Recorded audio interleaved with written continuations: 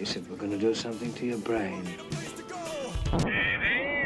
Welcome to Dead Air 13. Ooh, unlucky for some. Well, do we have a show for you today? That's right. Lots of different things to talk about, including Starfield, and Scout's Honor, Danny Masterson, and Wheel of Time. So, how are you, Christina? Good, how are you? Good? Good. Yeah, good. Good? Good. Yeah. Cooling down finally. Yeah. That's right. I tell you, weather around here, there's no predicting it. Yeah, unlike everywhere else. Yeah, which just has the same weather. Yeah. Yeah. I guess some places kind of do. Like where? Like, is it Antarctica? I was going to say South Arctica. South Arctica. Yeah. That's right. Yeah. South Arctica, yeah. Yep. I don't know. California? I guess not lately. I mean, they still have... I mean, yeah, it doesn't... I mean, it snows some places in California, right? But... Well, yeah, I mean, it's a big state. Yeah. Anywho. Sorry. Yeah. Tangent already. Do you know as well, I remember in Britain, the railways have sort of been consistently bad for my entire life. Mm-hmm. They've been on the decline for a number of reasons. I remember a common thing they would say, or at least they said once, they said that the trains didn't run on time in Britain because there were leaves on the track, and although they do have speciality like leaf picker-uppers, they were the wrong sort of leaves, the wrong sort of snow, they said a few times. But the best one was, they said, the thing about Britain, rail in Britain, is Britain's really unique in that it has all sorts of weather. Like, it's summer and it's hot, and then like it can snow in the winter. In the winter, yeah, that was their excuse for like why the trains didn't run on time. Like in Germany in winter it doesn't snow. Yeah. Yeah. Well-known fact. Well-known fact. Yeah. Yep. Anyway, what are we talking about? More reasons I hate Britain. Pavements.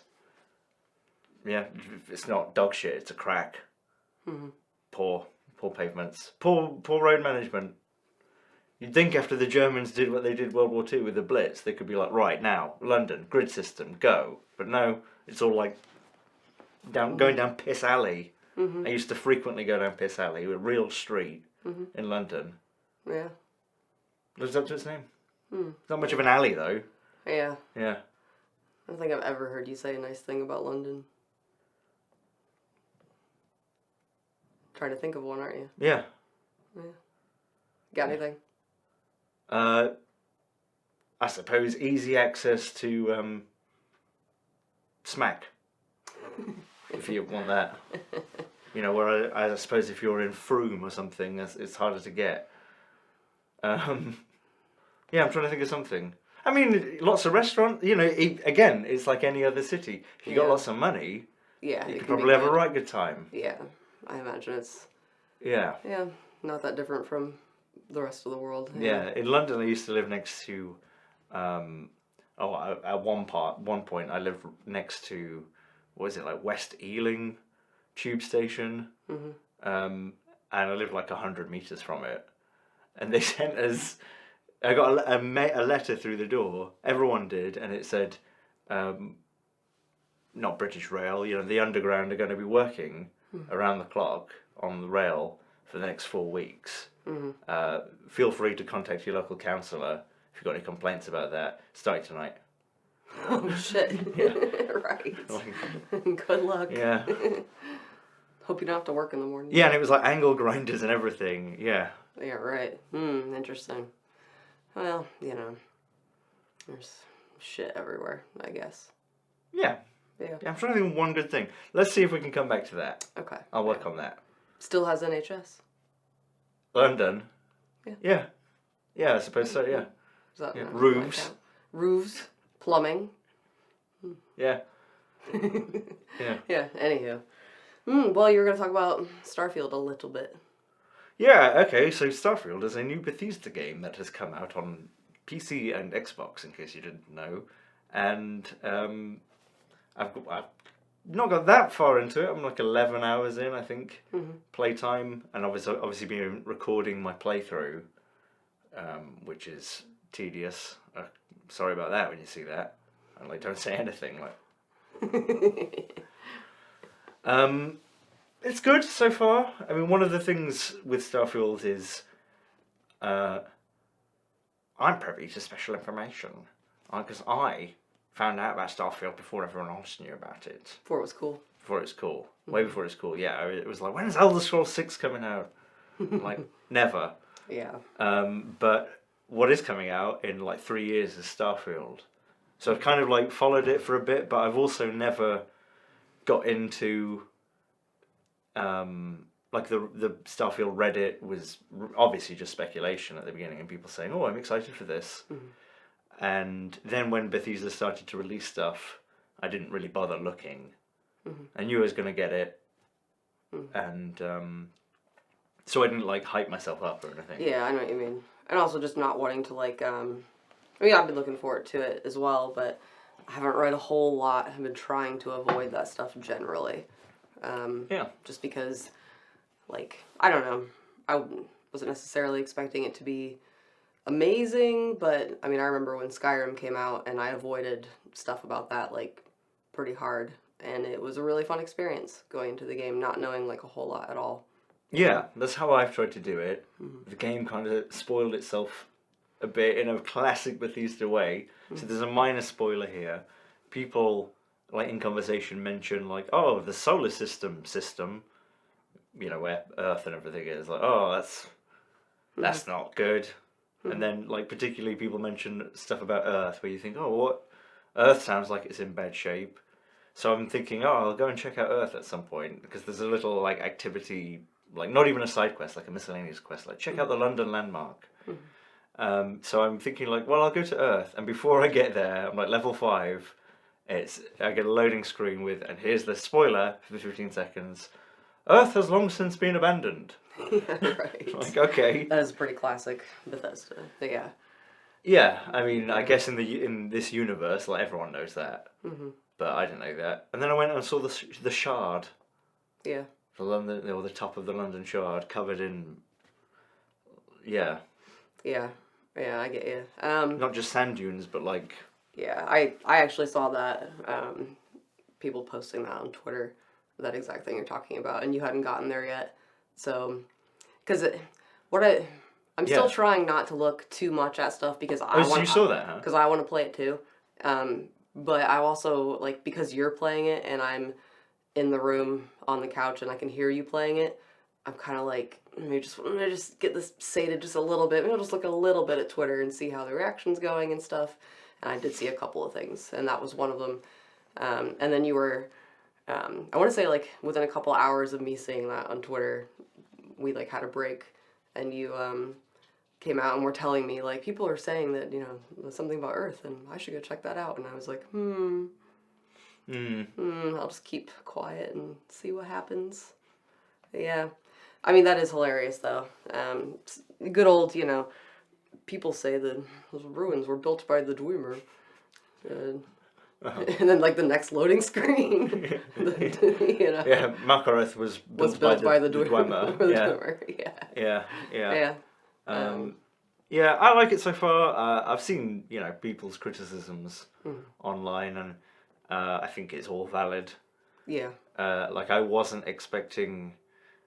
I don't mind that you can't, like, do the space sim thing of literally flying your ship around. Like, from planet to planet. From planet to planet, because I've recently played X4, which is like a space sim game, where you can kind of do stuff like this. There's no planets, though, it's all space stations. Yeah. You can't build your own spaceship, but you can kind of customize it. You just go, like, into orbit of the planets, is that right? Yeah. Yeah, I remember seeing you play that. Yeah, and that's that, you know, if you want to, you can undock from another ship and go and fly, and that can be very fun in a fighter. But I played, like, the whole game, really, my second playthrough especially, all in menus. And, like, if I had to go anywhere, I'd just autopilot it. And then at one point, you get a device that lets you do, like, 4 times speed. Maybe it's even more. because you've got loads of things going on, it's actually way better to just send other ships and then teleport there and things. But the thing about that game is it's really about building a fleet and like an empire and having different outposts that are making you money, and then you can build more and more and more. Yeah. And, you know, so eventually I become like a huge space faction with, you know, like, oh, I remember it taking so long to get my one destroyer, but now I have like 50, and I can just build more if I want to. I don't even need to pay for it anymore. I've got my whole logistic structure, and I can build my own ships. Yeah. And in Starfield, I'm pretty sure the ship combat's only ever going to be my ship. Right. Okay. Yeah, Yeah. I think, which is a shame. Rather than you can build ships and then have other people pilot them for you and be your wingman. Yeah. That's real fun in X4 when you can go from, you know, you start like dogfighting, and then eventually, if you want, you can go and have like these massive battles where you're in a destroyer and there's like 5 destroyers shooting at you, and if you want to, you can get into your frigate that's on your destroyer and then go and get blown up. And Yeah, and it's not. There's no RPG element to that, right? It's just more of a well, straight. well, there is, but there's not stuff like perks. Or character attributes. There's the RPG element of like a faction system, and you can be a criminal and have a bounty and stuff like that. Right. And there is a story, but it's to be honest mostly like go here and do this, go here and do this. I suppose not that different from Starfield. Right. Okay. Yeah. Yeah. And there's no non-ship combat. In X4. Yes. Yeah. Right. Yes. Whereas in Starfield, it's mostly, well, I'm only 11 hours in or so, but it's mostly non-ship combat. Yeah. Right. Yeah. Yeah. Yeah. I mean, I've definitely. Yeah. Well, like I was saying, reading a little bit about the kind of reaction since it's come out and stuff, without trying to get too deep into it, because again, I want to play it too. I don't want to. I just want the main story to get spoiled for me is my main thing. Or like some of if there are really fun side missions, I'd rather just discover them and not, which is also why I haven't really watched you play much, because eventually you will be done with it and it will be my turn. But yeah, I mean, the reactions have been interesting. There's quite a gamut. There are people who are like, more or less, this is pretty much exactly the same thing that Bethesda did with previous games. It's like it's Fallout in space. They didn't really add anything in terms of new stuff. So I was kind of wondering what you think about that. Yeah, I mean, again, so far, yeah, I agree. It's Fallout in space where you kind of have a spaceship mini game. I'd kind of a fleshed out mini game if you like. You can customize your own spaceship. There's so far some fun physics with different planets of different gravity and so like on Mars you can jump really high and you can boost. So you start in and things like that. The Earth solar system. No. No. I think you start in the Alpha Centauri. Oh, gotcha. Okay. System. Gotcha. Okay. But yeah, is it like Fallout? Yeah. It's a lot like that. It's not exactly the same. The shooting's pretty different. It's more like a looter shooter. Sometimes very quick, but also everything's like a bullet sponge. Right. Except with I can't even say that. Maybe I'm just not optimized enough. But I have one gun that's like so much better than all the others. Yeah, I mean that is interesting since you said you've been playing on very hard. Yeah. So I've wondered how that's impacted kind of your play. Yeah. I pretty much never do that. Just start on normal for anything to kind of get the base experience. Well, fair enough. What I mean? But yeah, I know you kind of wanted a challenge though, because that's something definitely with like Skyrim and like the Fallout games. They're kind of trivial. Yeah, like there's challenge of it at the beginning, and then very quickly you become like super OP. Yeah, especially with all the stuff you can unlock on either of them, the perks. The perks seem way less interesting. Yeah. In this game, yeah. Yeah, you said that there's no like special equivalent that it's just perks. Is that right? Yeah, I believe so. I mean, unless Yeah. I'm missing something. Like, some of the menus are kind of a bit obtuse. Yeah. Well, And I've just been playing Fallout 4, so I keep pressing, like, Q for VATS and things, and that's not what Q does. And yeah. And I keep, and because I've been playing X4 in space, I'm used to rolling. barrel rolling. Which is all I do in X4. This will stop them from shooting me. So if I press E, I'm used to it barrel rolling, but it just makes you get up. In Starfield. So I've had a number of times where I've been in like a space battle and then just come to a halt and gone, gone up. Yeah. Yeah. Okay. It's so far it doesn't have the same wacky humor as Fallout. But Skyrim still has humour without being that wacky. But like even the missions, like so far there's no missions that are out and out wacky, you know, like someone's decided to put their brain in a jar and on a robot. And there's nothing like that so far. Right, okay. It's a bit more grounded, hard sci-fi-y. Okay. With humour, Yeah. you know. Okay. Interesting. Okay. Yeah. I guess you'll know further as you play more, you know, how that works for you. Because definitely for me, like, especially in Fallout, like, the humor is, you know, like a big part of it to me. Would you mean the humour as in you you open up a wardrobe and there's nothing in it except for a teddy bear wearing a bowler hat smoking a cigar? I was about to say, like, a teddy bear sitting on a toilet with a porno. with, like a newspaper and, like, Jet laying next to him, or an empty beer bottle. Yeah. Stuff like that, yeah. Yeah. And just kind of the silly nature of some of the characters, and, you know, yeah, it's hard to really put my finger on exactly what I love about Fallout humor. But I was curious if this is gonna be more serious or not.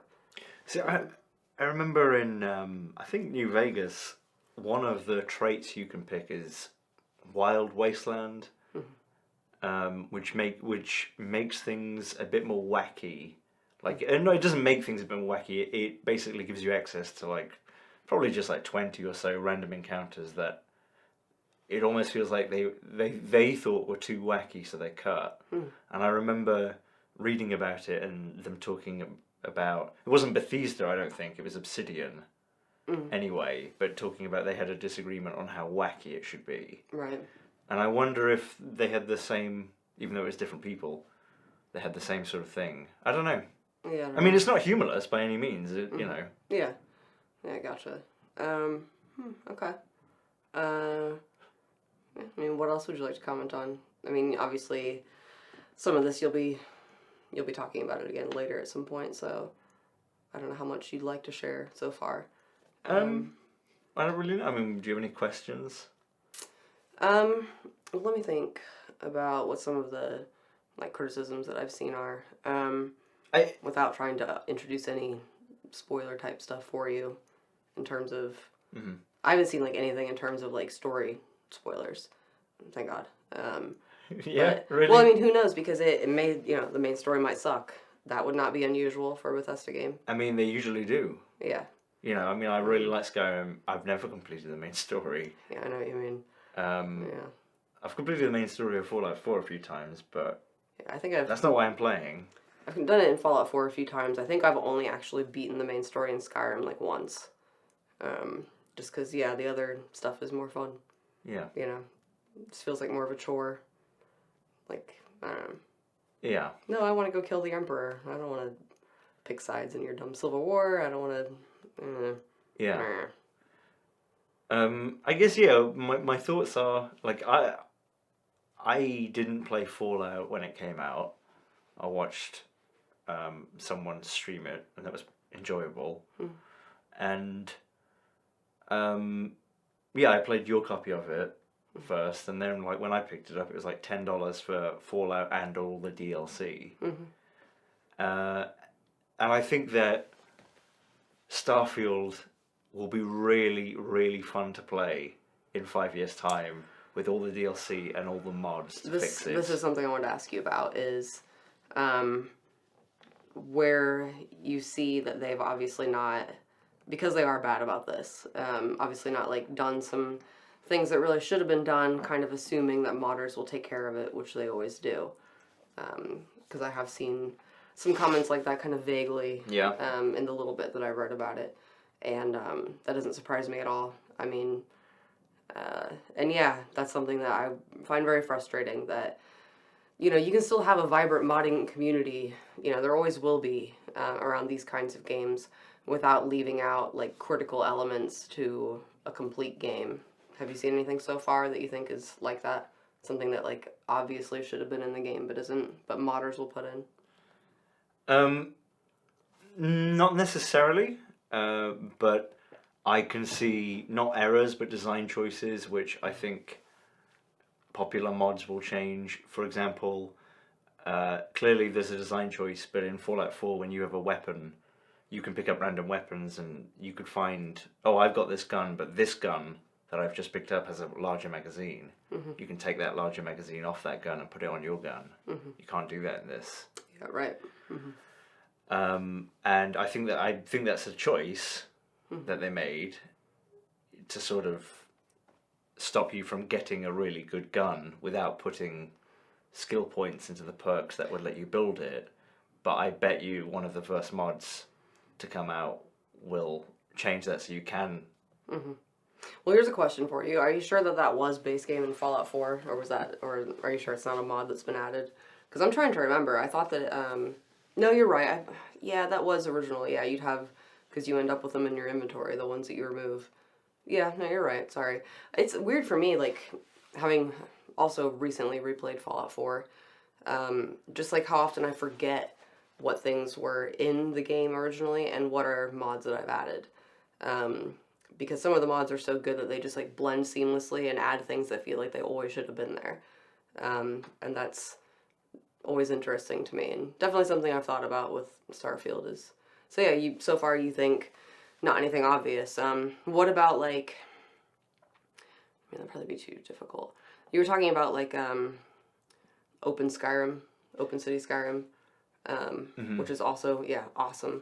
All it is take out the loading screen and going into a city in Skyrim. So the doors just open and you can just go straight in. Like, that should have been in the original game. Yeah, yeah. Instead of having to load every time you enter a city. Because the model's there and stuff anyways. I don't know. But I think isn't that more to do with people's processing power? Probably. When it came out. Like, yeah. It's very easy now to play Skyrim with all those mods, but when it came out, it was pretty demanding. I mean, that is a good point, yeah. I mean, I've definitely seen people in the criticism of it complaining about how it runs. Like, people saying I can't play it for more than, like, every 10 seconds it's laggy or jittering. And, I mean, the specs did look, you know, like, decent. You know, you're not going to be able to run this on your netbook. Remember those? I do. Oh, my poor netbook got sat on. Sat on? Yeah. Is that a story you want to tell now or some other time? What's the story? Someone sat on it and it broke. Oh, okay. Well, there you go. I told it. There you go, yeah. What a dick. It was an accident. Someone, like, put it, like, on concrete and... looked you right in the eye while they did it. And, like, wiggled into it. Yeah, yeah, the open Skyrim thing, I don't know if that's... I mean, I doubt that that'll be possible for the space stuff. Yeah. Which I think is what people mostly have a problem with. Yeah. But, for example, I went to... Sinadoa? I went to the Mars place, and you land at the landing site, and then get out, and there's a lot of industrial stuff. You can look around, but there's not really a lot to do, and then you have to go down a corridor and open a door, loading screen, to enter the actual city. I think that sort of mod for Skyrim, open cities, I think that could work really well there. Yeah, I don't really see why that needs to be a loading screen. Yeah. Well, I do, again, it's system requirements, but... Yeah. These games always run way better, like, 10 years later, when your GPU can just... Yeah. Oh, yeah, I mean, absolutely. I mean, God, I just remember playing Fallout 4 on PlayStation, and how long the loading screens were, and then playing it on PC, like, later after it had come out. Just, big difference. Yeah. Yeah, I mean, I see what you're saying. I think that's definitely always a thing. But that is one of the big complaints that I've seen as well, is people saying that there are way too many loading screens and they hate that. Feels like too much loading. Yeah, I have an SSD, like an NVMe SSD, so it's pretty fast. And the loading screens for me are like seconds. Mm-hmm. But it really is like okay, so I'm going to travel to the planet, which puts me in orbit of the planet, so that's one loading screen. Then I'm going to land, that's another loading screen. Then I'm going to get out of the vehicle, that's like a second loading screen, like 1 second. Right. So. Okay. And then I'm going to go through that door. City. That's another loading screen. Right. Okay. And then I actually want to talk to someone in the residential part of that. That's another loading screen. Right. Okay. Yeah, but they're very quick. But yeah, and for you, but I mean, for me, yeah. What are you playing on like half the graphic settings as well or something like yeah, I mean, I had to mess about with it for quite a while. I put it on. Basically, it works fine on medium. It's not like super smooth with the rendering up or the render scale thing. I don't know. Otherwise, it looks really fuzzy. Right. Okay. Yeah. Gotcha. Yeah. Yeah. It doesn't look great. Yeah. Right. The models don't look great of people. Like, they don't look terrible, but I've seen that too. People talking about they haven't improved facial animations at all. But is it funny? Like, yeah. Okay, because that's what I was gonna ask. Yeah. Because a lot of that's funny to me, and I don't mind. Yeah, no, it's funny. The same with just some of the classic Bethesda glitches. What was the one that you were talking about with you went into a lady who was in an office? Oh yeah, well I've got it recorded. Yeah, I went into the Trade Authority, and the lady is on a computer, but she's like this with like the keypad there, like typing like that. Yeah, personally, seeing that kind of stuff, it's that janky Bethesda stuff that, for me adds enjoyment to a lot of their games. So long as it's not breaking, it's just funny. But I don't know, I can also imagine that if they're taking this as a more serious sci-fi story where you kind of want more immersion, maybe people could also find that frustrating versus like a kind of more wacky natural environment like Fallout, and I guess Skyrim less so, but it's got its wackiness. Absolutely. Yeah, you just made me think with with you saying immersion, like I guess that's kind of an important distinction. Like I probably, like, thinking about it, I probably am not someone who cares about that. Like I generally play games where I play them for like 20 minutes at a time, go off and do something else for 10 minutes. Yeah. Get distracted, start talking about Arrested Development on the TV or whatever. We're both big faffing arounders. Yeah. When playing games. Yeah. Yeah. So there is that. Yeah. Okay. Yeah, I imagine, if you want like an immersive experience, that it can break it a lot for you. I getcha. I mean, it's hard to say with that kind of stuff because different games can do immersion differently. Like, for me, I don't know, like Skyrim, a lot of the immersion in that game is really, really strongly helped with like the music. Like, that's some of the best game music ever, in my opinion. And just out in the wilds and like looking up at like a gorgeous, constellation of stars, and this music starts up. It's like, I feel like I know this world, Yeah. So that's definitely something that I think it depends. Fallout is definitely different. Fallout's immersion kind of leans more into some of the humor and wackiness for me. So you're going around blasting big green Hulk dudes, listening to Onga Bonga Bongo, and you're using like plasma guns that turns them into goo. Yeah. Yeah, or a gun made out of like old pipes. Yes. Or a gun that like fires Coca-Cola bottles like horizontally at people. Yeah, it's not to say that like dragons and Draugr and all that kind of stuff isn't silly either or wacky, but it's just different with Fallout, being like ultra wacky in a lot of ways. Yeah. So the atmosphere in some of this is good though. Yeah. Yeah, like in the Sedona place, Mars. I really like the sound design.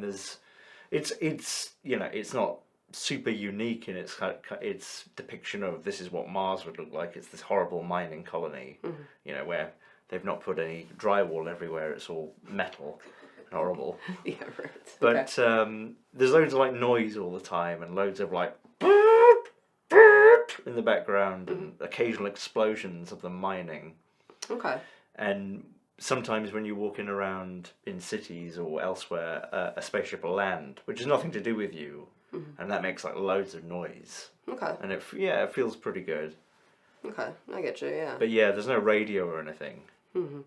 I did see somebody mention that too, that the game needs a radio system like Fallout.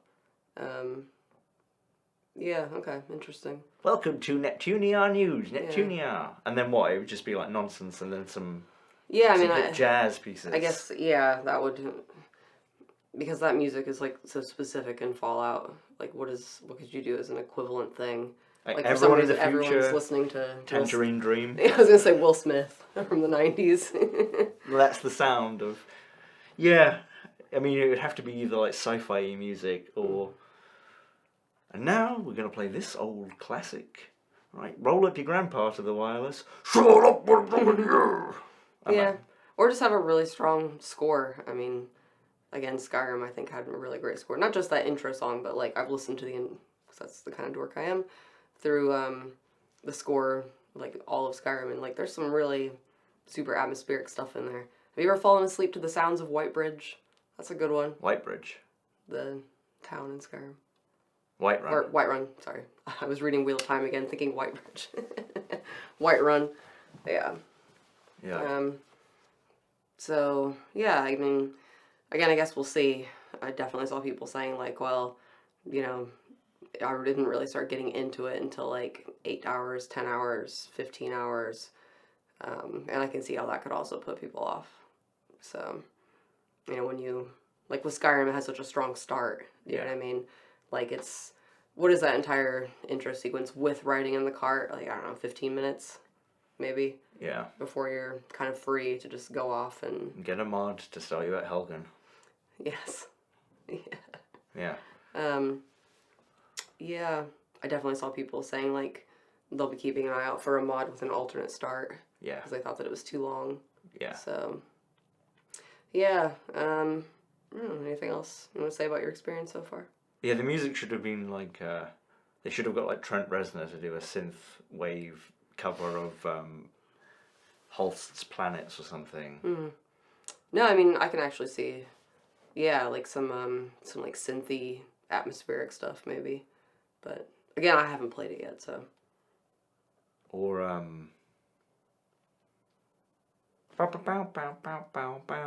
Space Truckers.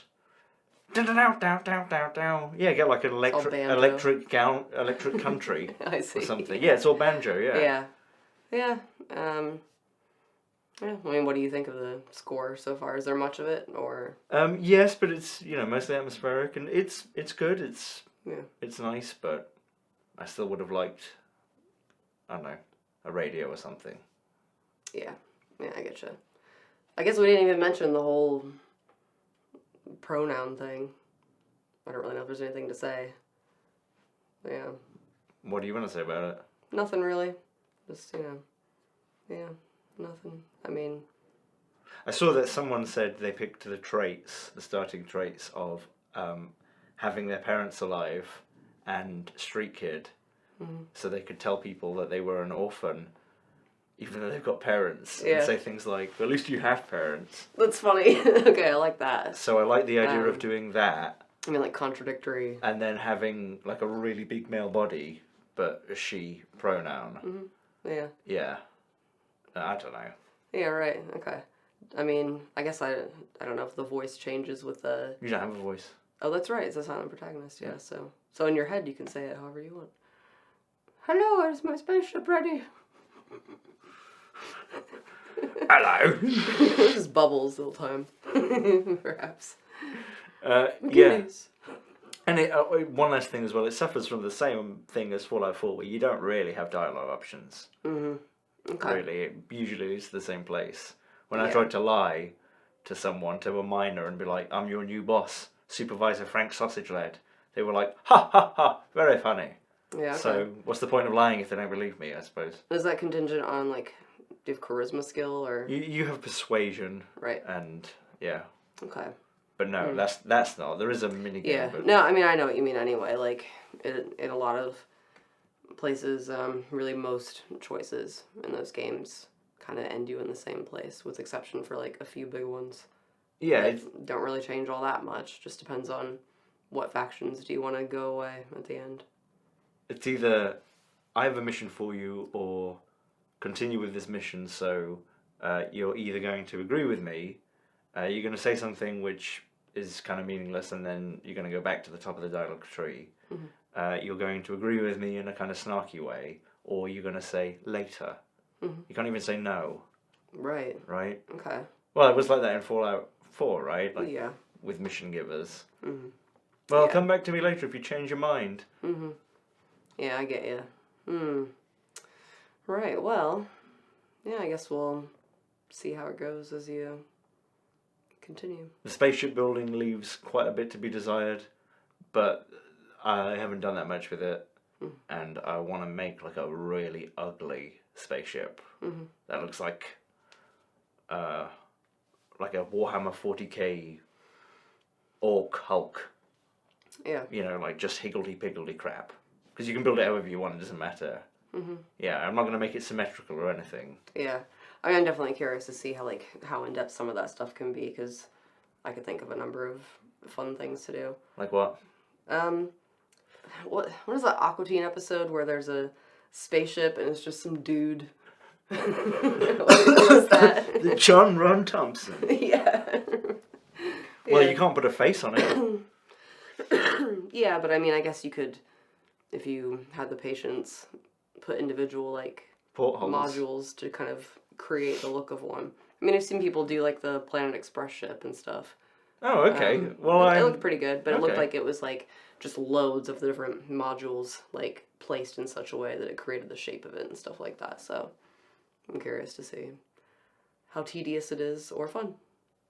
Okay, good. Yeah. Good. Okay, yeah. Well, I mean, I like it so far, and yeah. Yeah. If you're patient, I would seriously wait for it to... Like, if you're really patient and you want it, wait 5 years. Yeah, wait for the DLC to come out, and when you can get it on Steam for, like, cheap with all the DLC and a bunch of updates, and there are plenty of mods, you know, a good unofficial Starfield patch What do you on think... Steam. Yeah, sorry. Yeah. You know. What do you think about them releasing it, like, 5 days early for $100 rather than $70? I mean, that seems like a bit of a scam. What do you think? Like, why stop there? Why not be like it could go up. Like, we'll release it 2 weeks early for $1,000.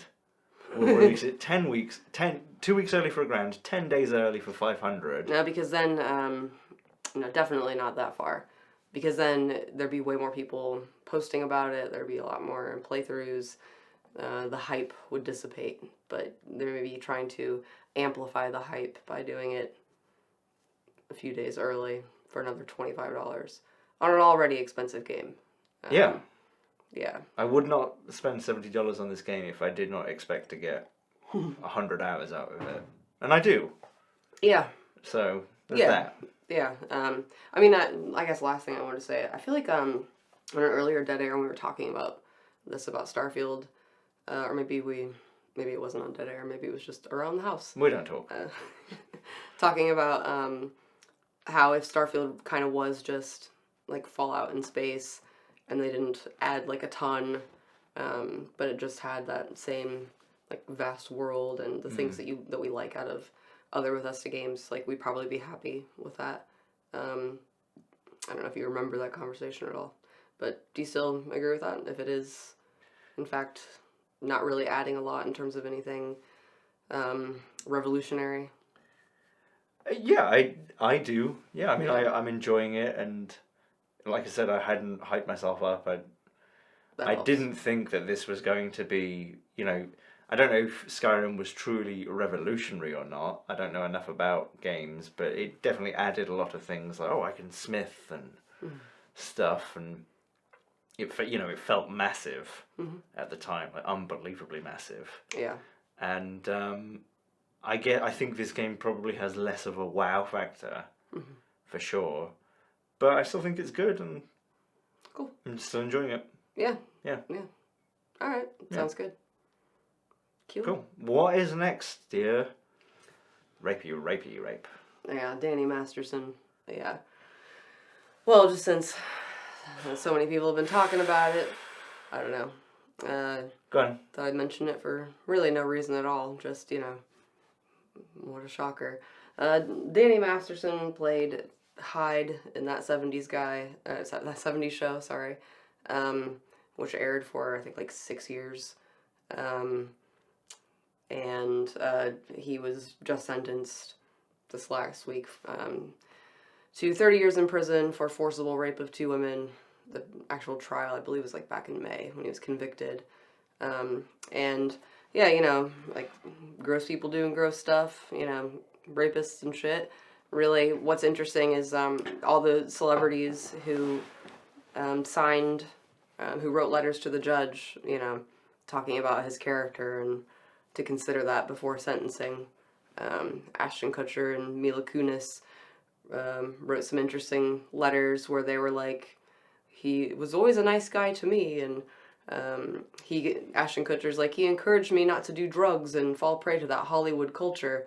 He drugged the women that he's been convicted of raping, so that's tasteful.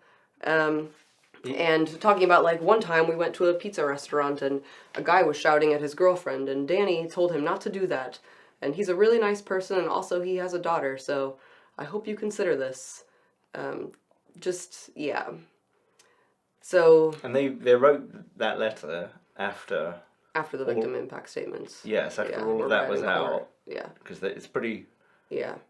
Pretty devastating. Brutal. I don't want to share any of the details here, but I did just read through, kind of a quick summary, and yeah, pretty awful. And a lot of people calling out Ashton Kutcher for, because he runs, or is like invested in and does a lot of work for an anti-sex trafficking organization, which I haven't read much about, but a lot of people are saying that actually, that it's a bit different than that the organization he works for is really interested in going after, like, consensual sex work.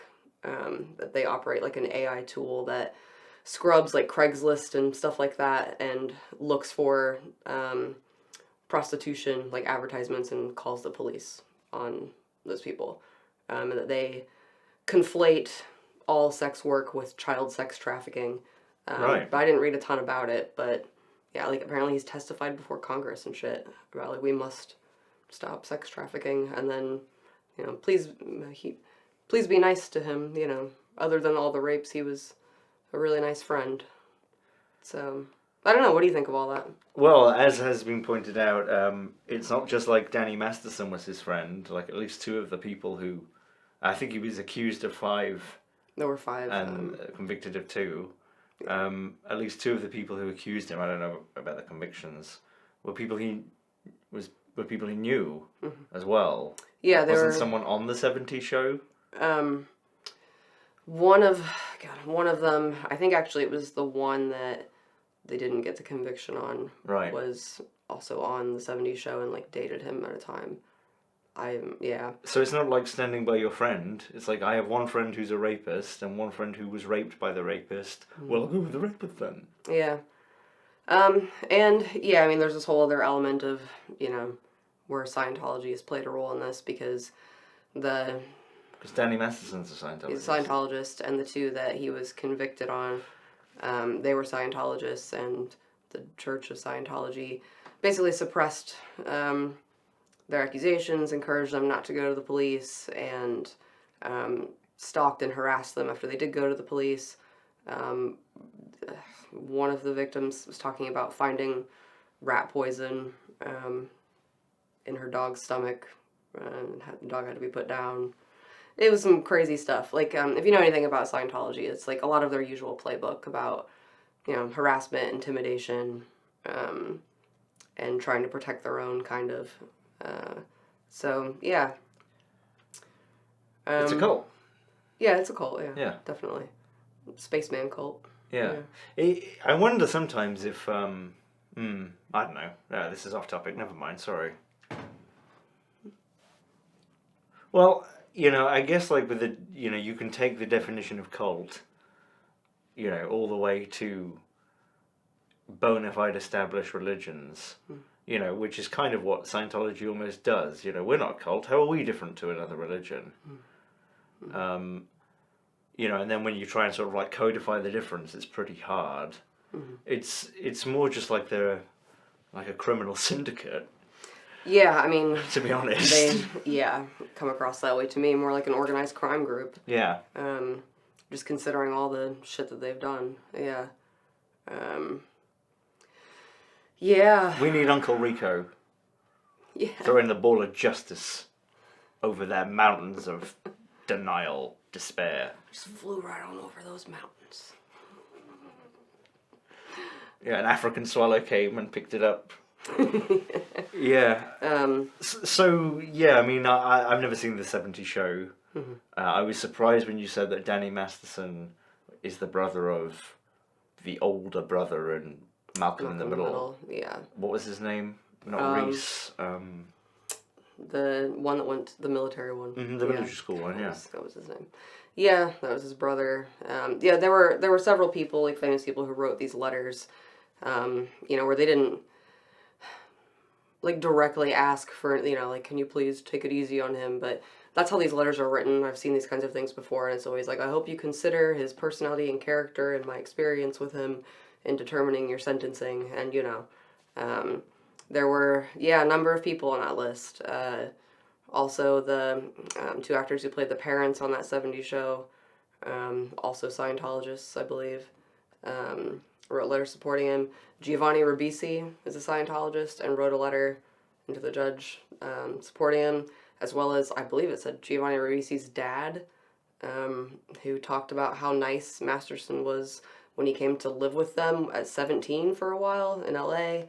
I just kind of skimmed through all of them, and I mean, definitely there are people kind of, because I saw this blowing up on Twitter this morning when I was screwing around drinking my coffee, and I mean, a lot of people are definitely getting the conspiracy thinking out, thinking like, what does Scientology have on Ashton Kutcher? Could they be? But it's always hard, like, because obviously try and avoid conspiratorial thinking, but if you've seen any documentaries about what the Church of Scientology has done to people, there's some nasty shit in their repertoire, so I don't know. Well, and one of the victims tweeted something about... Yeah. What, do you want me to say that? No, go ahead. Tweeted something about Ashton Kutcher knows exactly what was going on. Mm-hmm. Yeah, or something like that. It was on her Instagram. Yeah, Instagram. saying like I know things about you, things that would destroy you, that the church is helping you cover up, stuff like that, and I know what really happened on whatever the date was, February 1st, 2001, the date that Ashton Kutcher's, a girl that he was dating was brutally murdered. By the Hollywood Ripper. Hollywood Ripper, yep. So that was Never heard of that. Yeah, me either. I want to say, again, just stuff I skimmed over this morning, but he was convicted of killing 3 people, like 3 women, pretty horrifically, at various places in the country, so. Yeah, I guess just, here's a question for you. One of the things that I find interesting about this is whether, how do I want to say it? Do you think that, I mean, maybe, I guess I'll say maybe that, like Kutcher, Kunis, the other people really did feel like he was a nice guy and they couldn't imagine him doing this. I mean, that's the case with, serial killers, all kinds of people, who have done awful things, and then people say, well, I knew them and they were nice to me, so I can't imagine that they would ever do that. Do you know what I mean? Mm-hmm. And then there's the whole, like, cognitive dissonance, perhaps, element of it, of, well, they were nice to me, and I can't imagine, that I could have been friends with somebody who could do something like that. I don't know. What do you think the reason is that they I mean, just knowing the little bit that you know, like, what would cause somebody to come out and be like, please take it easy on, you know, this guy who... Because they don't deny that he did those things in the letters. Do you know what I mean?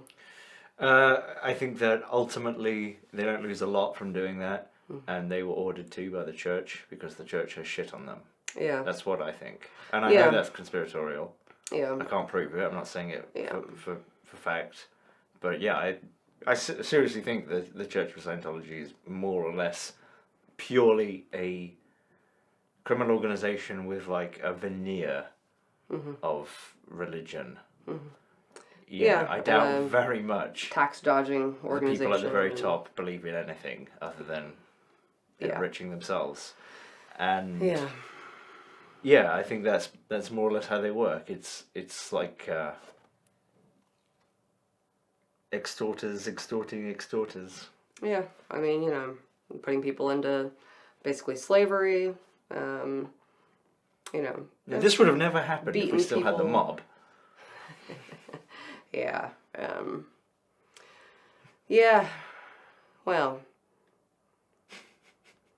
Yeah, and then people were sharing a lot of old clips of Ashton Kutcher and Mila Kunis from the set of that 70s show where when they started he was like 20 and she was 14. And she's sitting on his lap. She's sitting on his lap, and we saw a brief one where they're joking about Danny Masterson betting Ashton Kutcher that he wouldn't give her a real French kiss during a scene they were going to do, and just like giggling about it, and it was very weird. Do you know what they call French kisses in France? What? English kiss. That's not true. It is. That's not true. An English that kiss. Can't possibly be true. Yeah. What's an American kiss? I don't know. I just thought you might have a joke there. Yeah. Like a 45 ACP. Something. Yeah. Yeah. Yeah, I mean, I don't know if I really have a lot to say about that. Just, do you? Other than, that's crazy. No, I mean, I'm fairly cynical. I prefer to think of myself as skeptical, but whatever. I view everything that these people do as calculated. They gave like $20 million worth of Airbnb vouchers to Ukrainians at the beginning. I think that was about reputation washing. Yeah, I get you. And she's partly Ukrainian, so I don't know. But, yeah. like, it's not like I read this and was like, oh, God. Well, Ashton Kutcher's disappointed me. Oh, yeah, I mean, don't really give a shit about they're them rolling in money. Personally, yeah. They can... I've seen them and stuff. I didn't really have any kind of opinion about them before this. Just more Hollywood shills. Yeah. Now my opinion is they can eat shit. Yeah. So, yeah. Scimitar, bucket. Job done. I just wanted you to take a statement. Oh, I made a statement. Who are you talking to? I don't know. Remember in that sewer in Skyrim near the Thieves Guild, there's like a crazy lady sitting in a dark room by herself going like, bucket, pen, hat. Is she living in a bag? Crazy lady, living in a bag. I believe she was just sitting in a dark room by herself staring in a corner. Yeah, bucket, pen, hat. Yeah. What? Yeah. Are you saying that's me? Yeah. Sure. Right, and another thing about Judea. Yeah, The well... Samaritans, don't even get me started. Yeah. Yeah. Yeah, well, anywho. I don't really have much else to say about that. Just, good old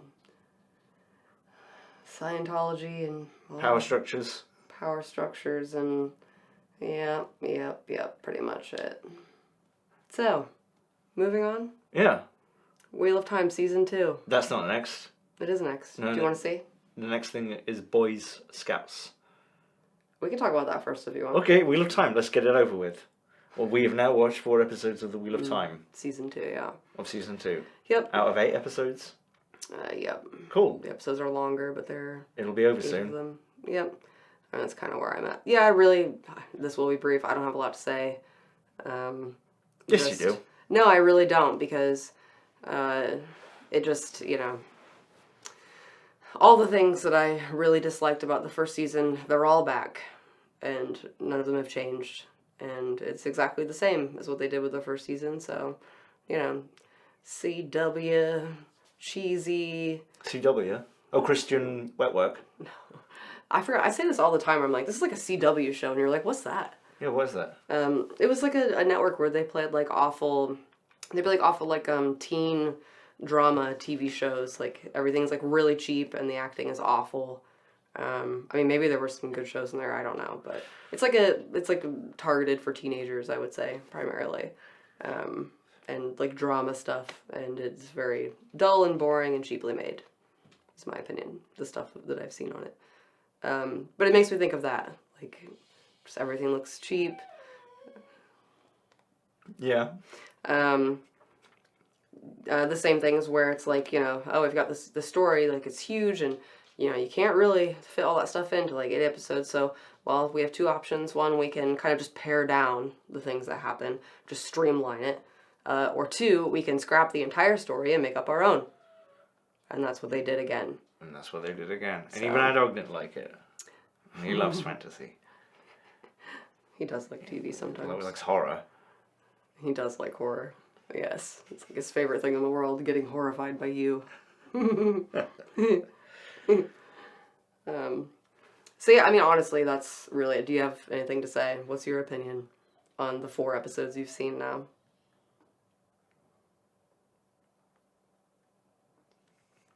Well, I don't know if I dislike season 2 any more than I dislike season 1.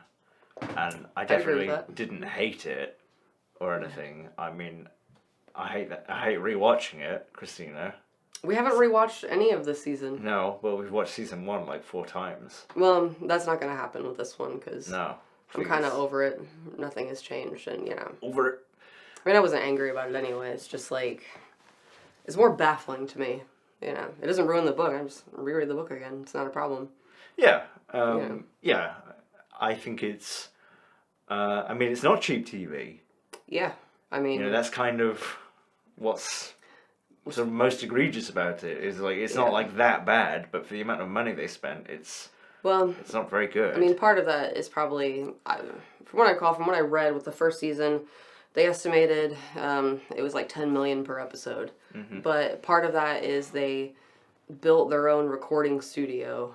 I want to say in Prague, because something about none of the studios had open space available for them to do it. So they just built their own, like, I can't remember how big, like 80,000 square foot studio with soundstage and individual writers' offices and all kinds of shit. So I wonder how much all of that cost. Why do that in Prague? I don't know. Like, the outdoor stuff was in Czechoslovakia. Mm-hmm. Czechoslovakia? There were a few different places. The Czech Republic, a bit on the Canary Islands, I think. There's a lot of Eastern Europe. But why not just do the soundstage stuff, the stage stuff? In a soundstage. Yeah, that already in the United States that already exists, or any number of world-class sound stages that already exist. Yeah.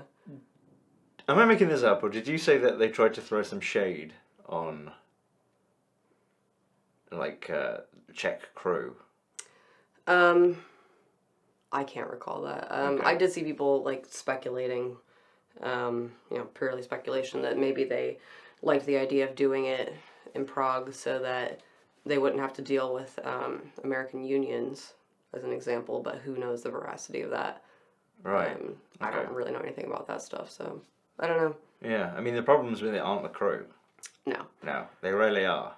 Yeah. The problems with it are fucking writers and producers. Yeah. the entire vision. The impression I get, seriously, and maybe this is just me, reading too much into it, but I think that Rosamund Pike, who is an EP on it, I think she's written herself to be the main character. Well, she hasn't written it herself, but... Yeah, I think that it's interesting it. that she's an executive producer and that her character has become the main character of the series. She definitely has the most lines. I think you're probably right. And yeah, I mean, that character is not the main character of the book. She's an important character, but she's also gone for like half the series. Spoilers. But probably not. And no, her character's very mysterious. We have like very little from her perspective. There's very little of her like off doing stuff on her own where we're, it's written from like her perspective. So yeah, I mean, I find that interesting as well that character is so big. And I mean, maybe it's nothing to do with her being an executive producer. Maybe it's just she's the biggest named person on the show, like by a large margin. Sure. So they want to have as much of her as possible. But yeah, I mean, just, we have too much story, so let's not, tighten it, truncate it, remove elements that don't need to be there, because there are plenty. There's loads that you can remove from those books. They're massive, that would not have like a huge impact, that would still have the same impact of the story.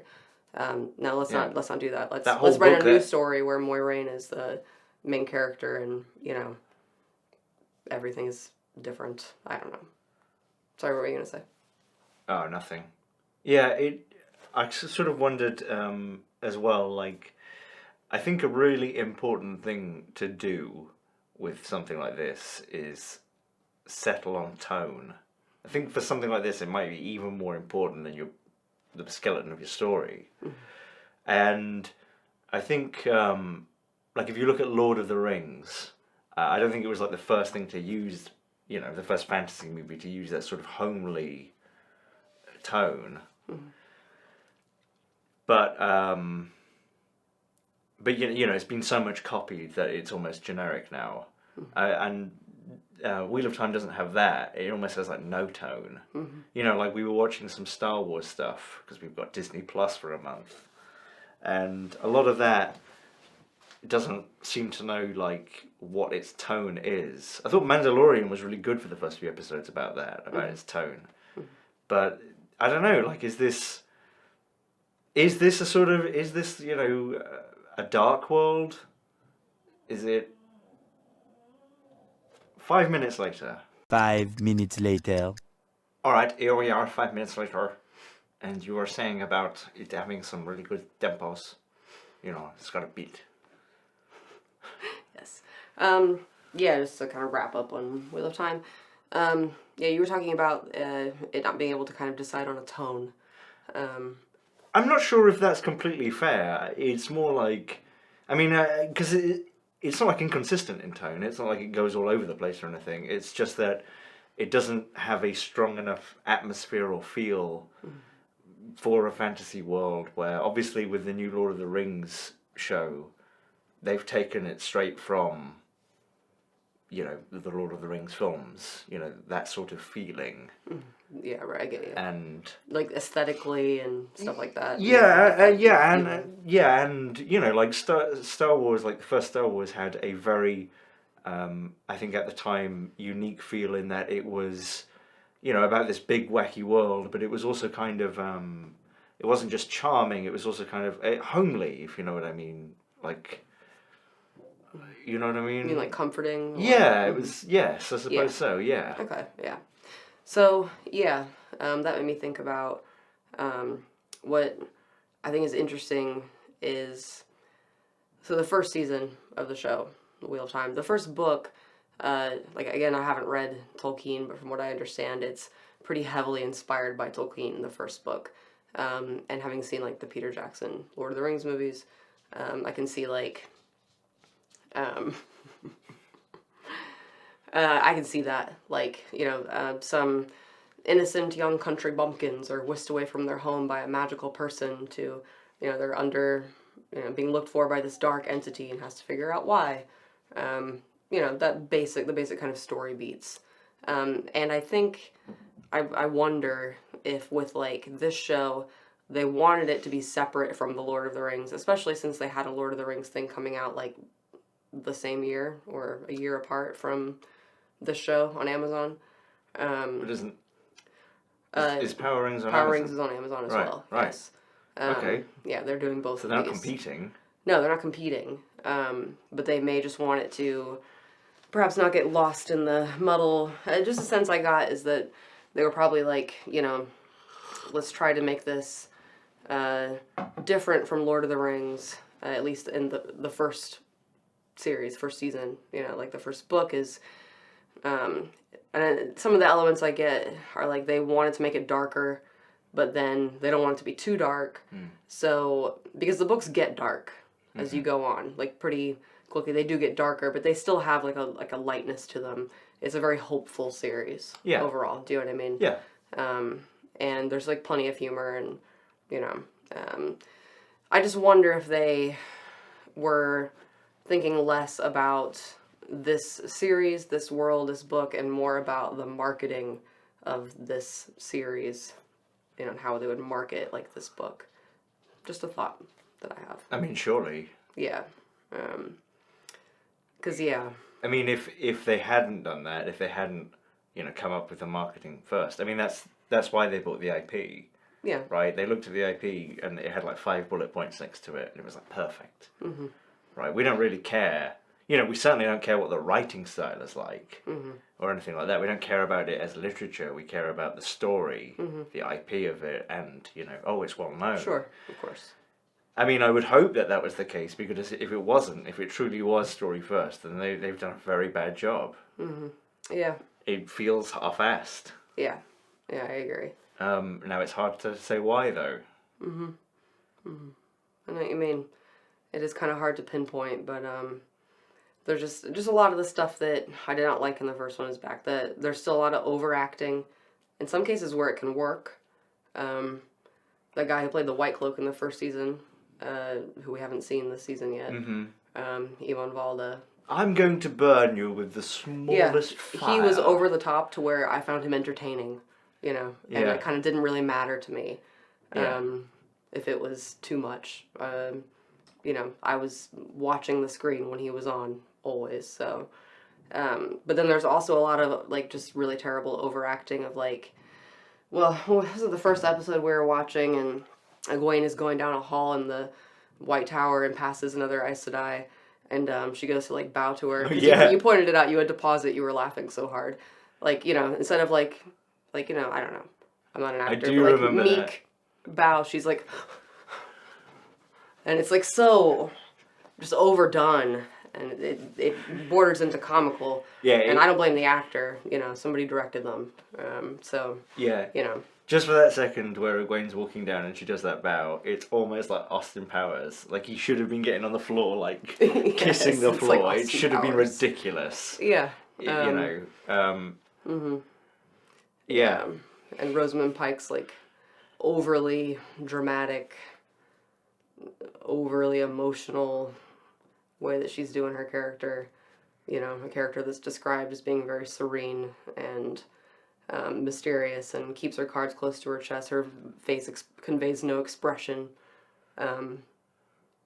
Interesting. You don't like Rosamund Pike's acting?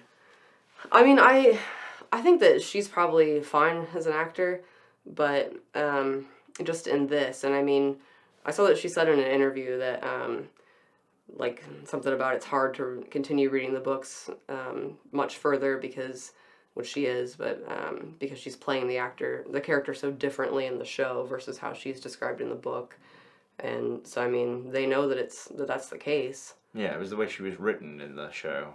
Yeah. I think so too. Yeah. So. Yeah. Well. Yeah. Yeah. Interesting. I like the new Matt actor. Yeah. I thought he did good. I like the old one. Yeah, I like the old one too. Yeah.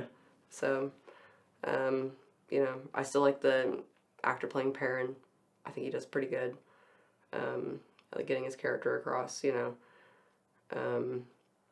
And I guess I like the Nynaeve actress. And obviously She's a bit Nynaeve was much, the only but... character with a pair of bollocks. Yeah, George is like, the only characters I like are Nynaeve and Perrin. Yeah. Also, Leonidas is pretty cool, I suppose.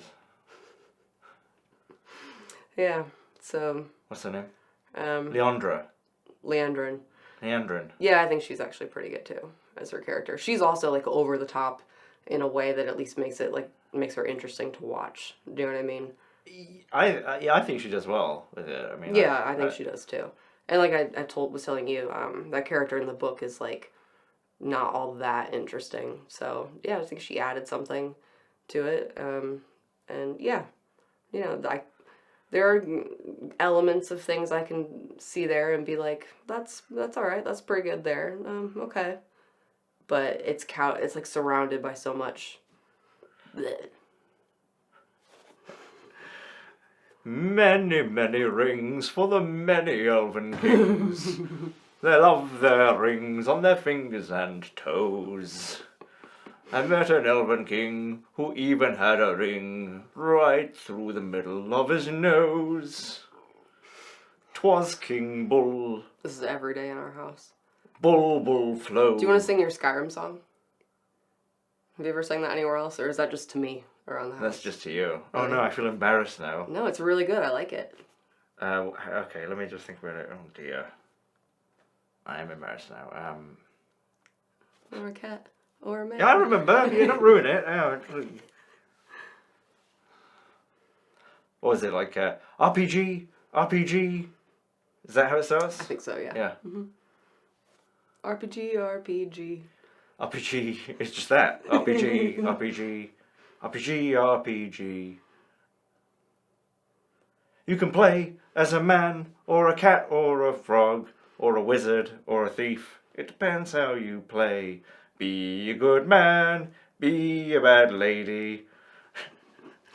RPG. It depends. It depends. It depends how you play. Yeah. Well, anyway, I find that amusing. I've heard that a good 100 times since I met you. Pick a pocket, fuck a sheep, kill a dragon. It depends how you play. Yeah. Do it all. Don't do anything. Turn it off if you want.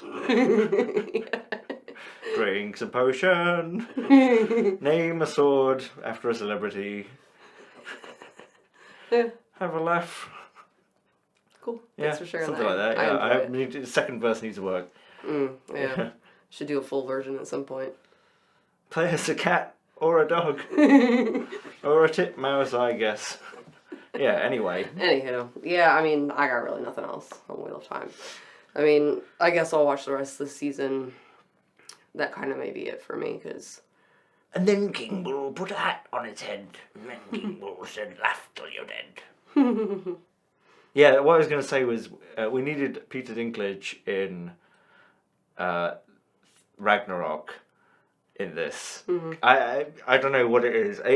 You mean in Infinity War, actually? In Infinity Yeah. War. was, Yeah. we need to start the forge. He needs the axe. Where's the handle? Wish one of the Tree. characters was like that. Yeah. Like one of the characters thinks he's in like a fucking play with like 200 rows and he has to reach the back, but no one else does. Yeah, that was enjoyable. Everyone's like, "You're right, how are you?" "Yeah, we had some right trouble, but I'm here with Loyal." And then Perrin's like, "It was travesty!" Yeah, well, I hope they bring back Eamon Valda in this, because he was great for that. The White Cloak dude. It'd be nice to see him again, just for some more of that. Chewing the scenery. The pyre that they're burning. Just what is that? Just what? Yeah. Just what? Like, the way he walks around, too, like, prancing. Like, add something to it for me. Yeah. Yeah, I guess that kind of does lead into our next little topic. We got Disney Plus for a month, because there's a little secret. I loved Marvel as a kid, especially X-Men, like, very much. X-Men cartoon from the 90s. Very good stuff, still. And we haven't watched any of the Marvel stuff at all since Endgame, which we saw in theaters, which I forced George to go and watch anyways, probably. And it's just been a long time since I'd seen any of, like something like 200 million shows now, like Marvel, plus Star Wars. Like, there's so many. I was like, let's get it for a month and just see if there's anything worth watching there. Because I've heard good stuff about some of them, which I may or may not agree with. So we watched a number of things on Disney Plus. One was The Mandalorian, just the first season so far. Not a ton to say. I like Pedro Pascal. I think we liked the first few episodes quite a bit, and then it lost us by the end. I just like kept losing interest in the story as we got more to the end. Well, also like I like the serialized kind of nature of it. Like, yeah, it's like a, you know, clearly kind of made it like a cowboy show, you know, Yeah. with like a different like villain each episode, different little story, and I was like, okay, I like that. And then it just felt like the overarching story of like the season was not very satisfying, and there was a lot more of that toward the end of the season. Yeah, I really liked the first 2 or 3 episodes a lot. And yeah, it did lose me. It got kind of frustrating, and I'm not sure exactly why, because like you said, the serialization aspect of it was fine, where you'll have an episode of, you know, a villain of the week sort of Yeah, thing. I liked that idea as we were going. Yeah, I think that yeah, do you know what it was? I think like, you know, with Walking Dead, to bring up that old chestnut, I guess I really like the idea of Walking Dead, and like a lot of it on paper. Like if you I know you get to like season 4 and you have to explain to someone who's never seen it, like this happens. Oh, and then the group has to do this. It sounds cool, but then like everyone in it's an idiot, and you spawning zombies and bad decisions and. Yeah, I know what you mean. It gets very frustrating once it's got its same like pattern every season as well. It gets frustrating over time, like quite a bit. You know, they go to a new place, and then zombies destroy that new place, and then they move on, kind of thing. Do you know what I mean? Mm-hmm. It just gets a bit old, and it seems to get cheaper as it goes on. Mando gets betrayed. Mando trusts someone who obviously shouldn't be trusted, but outguns them. Yes, like outguns them and escapes with Baby Yoda. Because no one can shoot. Yes, because no one can shoot. Yeah, started to get a little bit old kind of quickly. I think maybe they should have done like a Deadpool thing with it and made it like a 15. You mean like make it like higher rating, you mean? Yeah. Mm-hmm. Yeah, I mean, I think we were saying that at one point, like, this is a really fun idea, and, like, because it would be, like, it get to a point in an episode where it's like, oh, yeah, Mando's gonna go blast those fuckers, and then it would be, like, pretty weak sauce what he ends up doing, and, like, yeah, I kind of would have enjoyed it a bit more if it were, you know, not more, like... Just leaning a little bit more toward an adult audience, I guess. Yeah. Yes. I mean, personally, I would like it if there was a lot more blood, and it was a bit more carnagey. I get you. But I think it can work without that. But I also, yeah, I don't know if this would affect the rating, but it kind of feels. I'm sure there's exceptions to this, but it kind of feels like, yeah, Mando. You know, he's a mercenary, right? He's neutral karma. He's about himself and getting the job done, but he always ends up doing the right thing. Always. Yeah. And like, I'm not saying I want him to, you know, be a complete bastard, but there's a bit with what's his name, Bill Burr, as one of the baddies. I was gonna mention that. And they betray him, obviously, and he ends up just like. Locking them up. We have a whole bit where he's like the predator. Yeah, which is really fun. Which is really fun, Yeah. and you know, stalking people and one by one taking them out, and they should have never betrayed him. Yeah, and then he ends up locking them up. And we just see that they're just locked up in a cell. Like, what? What? This is racist as shit, because we saw him blow away 5 Jawa. I was waiting for you to bring this up. Right, Jawa are like the best thing in Star Wars. After that little robot. Glad we got that again. Roomba robot. Yeah. That also looks like it could possibly polish your shoe. That one. Yeah. He goes back to his ship, and these Jawas are stripping his ship, and he just starts blasting them. Yeah. And I also like the Jawa. Yeah. I like that. Poutini! Yeah. I'm sorry. That was his kill word. Sounds like you just pulled the curtain down again. Great.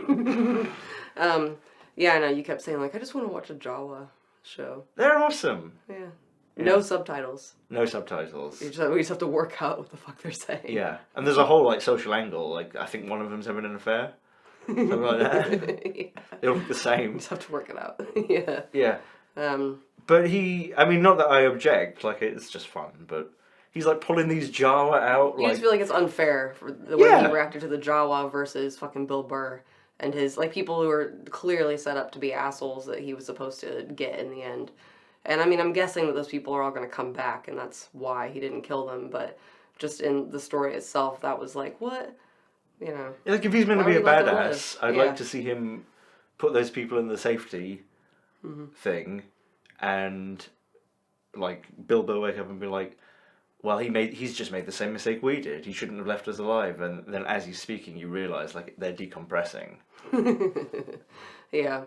Well, I guess as a quick segue into how did you feel about the many celebrity cameos? Ambivalent. Yeah, some of them worked for me. Werner Herzog, I was not Oh, expecting. yeah. I was not expecting to show up and play such a big part, but he was enjoyable to watch. Bill Burr, I found distracting, very distracting. Yeah, Werner Herzog can act. Yeah, Bill Burr just plays himself, and yeah, I just find it distracting. It's just a likable. I can't watch it and not be like I was watching Werner Herzog, like knowing full well who that was, but like could see him as his character. Every time Bill Burr was on screen, I was like, "There's Bill Burr in my Star Wars thing." They wrote Bill Burr as well as like he's a space bitch. Mm-hmm. He's a he's a thug.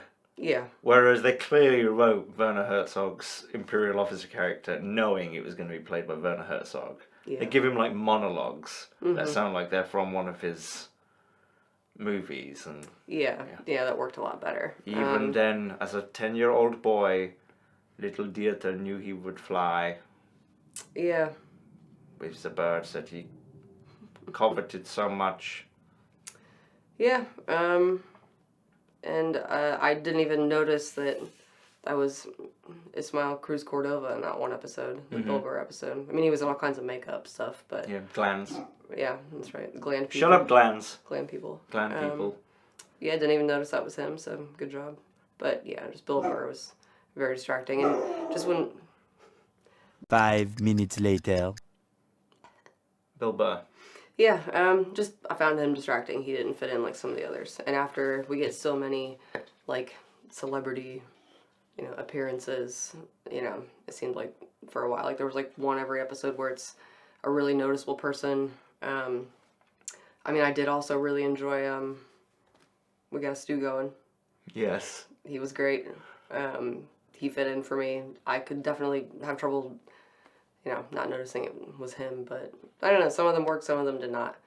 And it was a little bit distracting for me as it went on over time. Yeah. In terms of just getting into this, what is otherwise like pretty well-crafted Star Wars like feel overall, Good old Tatooine.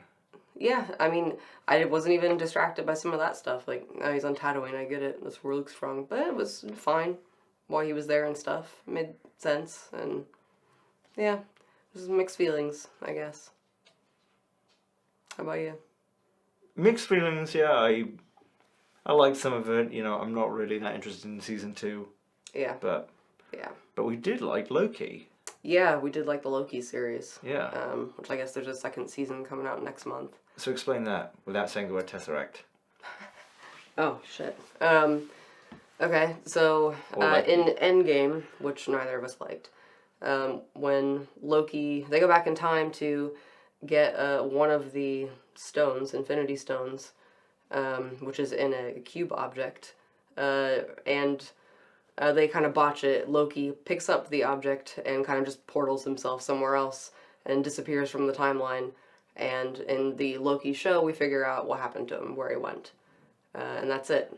And it doesn't really fit a whole lot into like a bigger, I mean, maybe it does, and I just can't tell, which is a positive for me, that it isn't just like a, watch this so that then you'll understand what happens in the next 20 shows.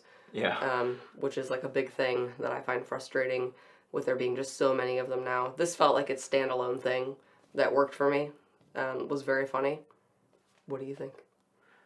So Loki ends up in time prison. Yes, he ends up in time prison. Which is a sort of Terry Gilliam-esque, A corporation. like a mega. I mean, is it a it comes across like a mega sort of bureaucracy. Mm-hmm. Yeah. That something, perhaps God, has imposed on the world. Mm-hmm. Without spoiling it. It's very funny. There's not that much action, but there is a bit. There's a bit, yeah, but But it, yeah, mainly rests on Loki being an interesting character, and I don't know the actor's name, but Tom Hiddleston. Being very funny. Yeah, that's a lot of it for me too. And he does great as that character. I didn't love it, but I'll definitely watch the second season. Same, yeah, I didn't love it, but I mean, excuse me. I remember after we watched the first episode, I was like, oh, I didn't love that, but that was alright. There was very little action. A lot of that first episode takes place in a couple of rooms with him just having a conversation with bureaucracy guy, Owen Wilson. It kind of, because often, even with the Marvel movies that I've liked, I enjoy them, and then it gets to time for 20 minutes solid of explosions, and that gets very frustrating. I get it, then everything's solved with punching, and some of the character stuff is more interesting for me, and especially with Loki, he's just a funny character. So I will gut you like a fish. What's a fish? Yeah.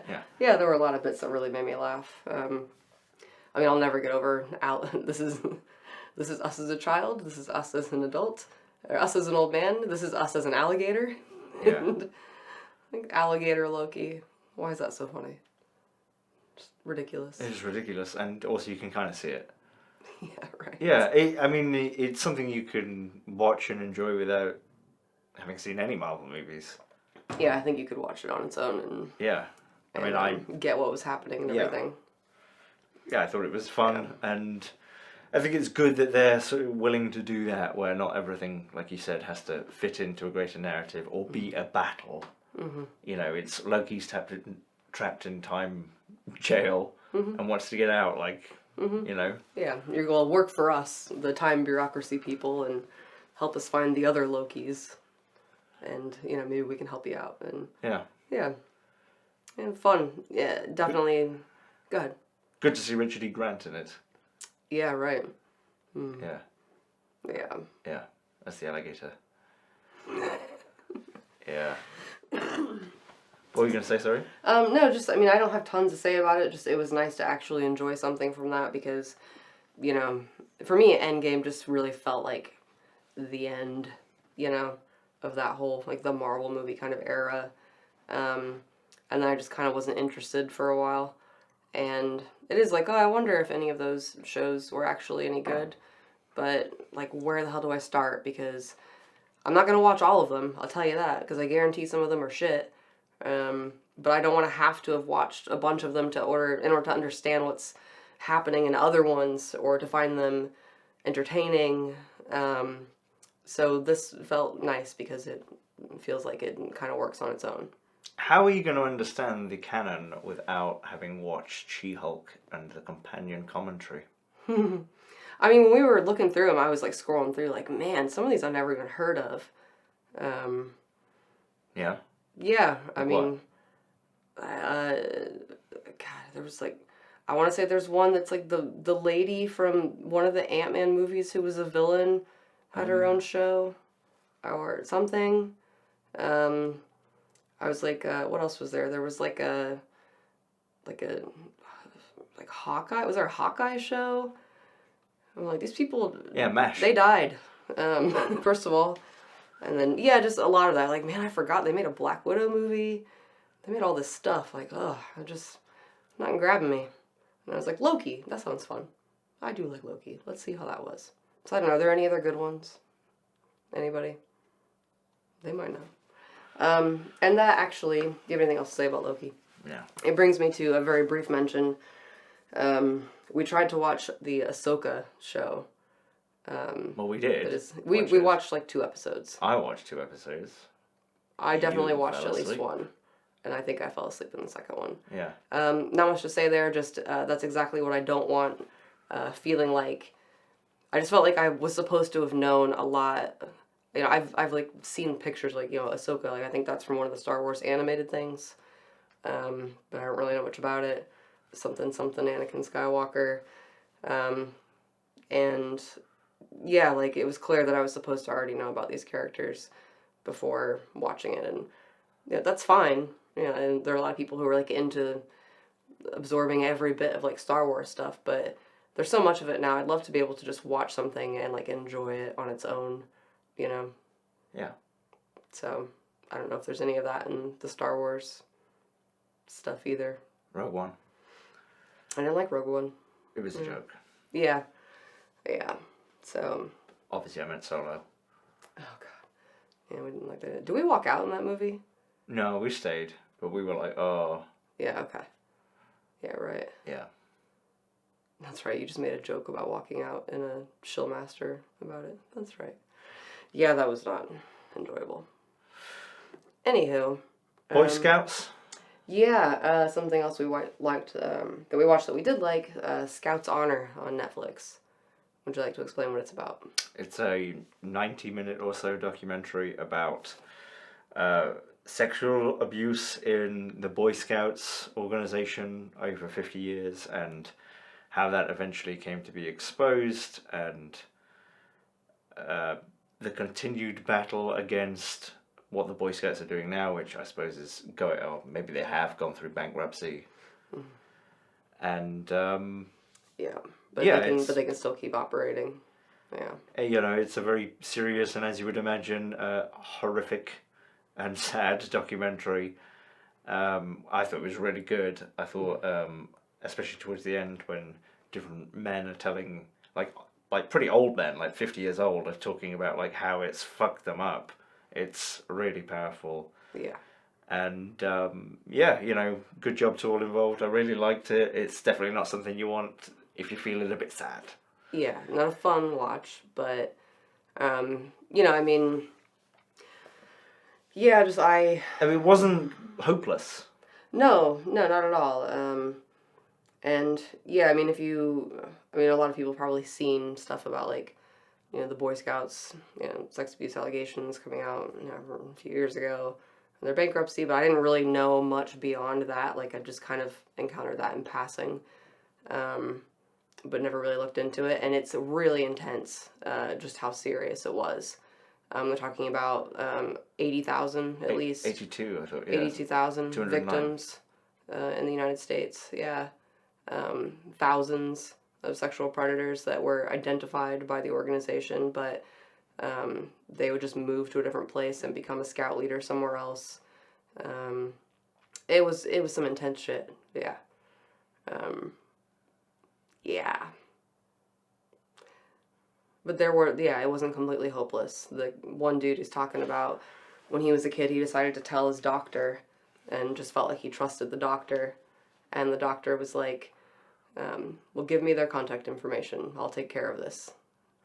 And then they got busted. And then they got busted, those guys. So just, you know, there are moments of like hopefulness. Like, you know, there are people out there who are completely willing to do the right thing. Yeah. Yeah, it's just... Because that must have been in the 70s, maybe, or... Yeah, I can't remember how old the guy was, but they were, like decades old.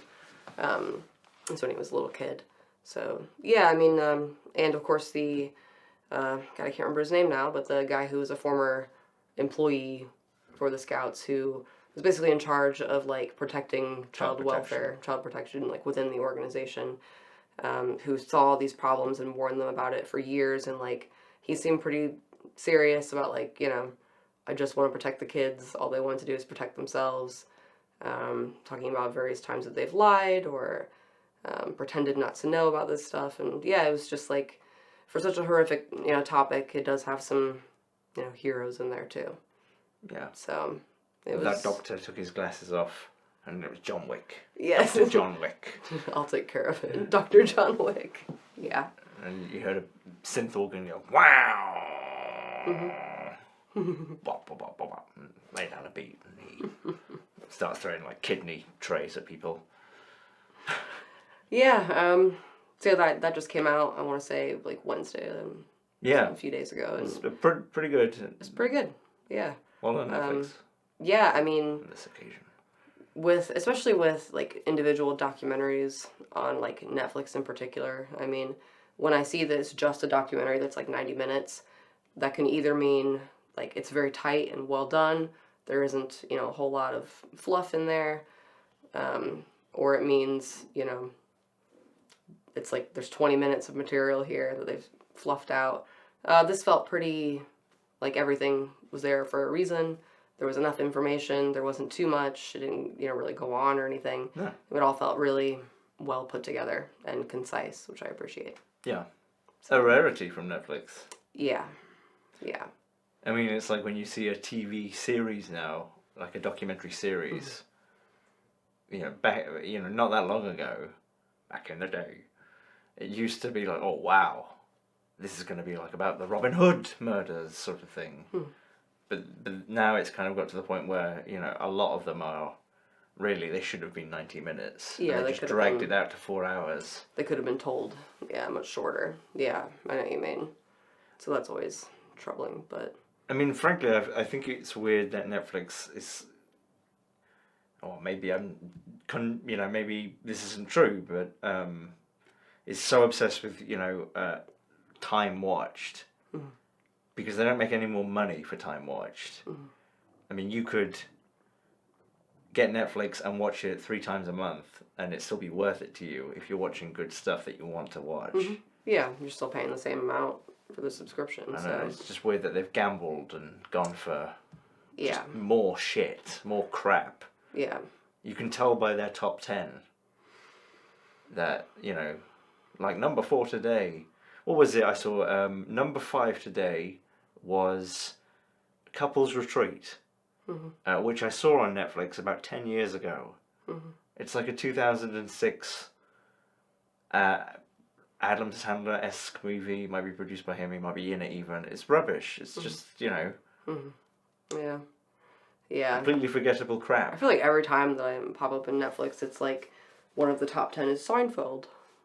Yeah, just people are just watching... People just having Netflix every month to watch Seinfeld, I guess.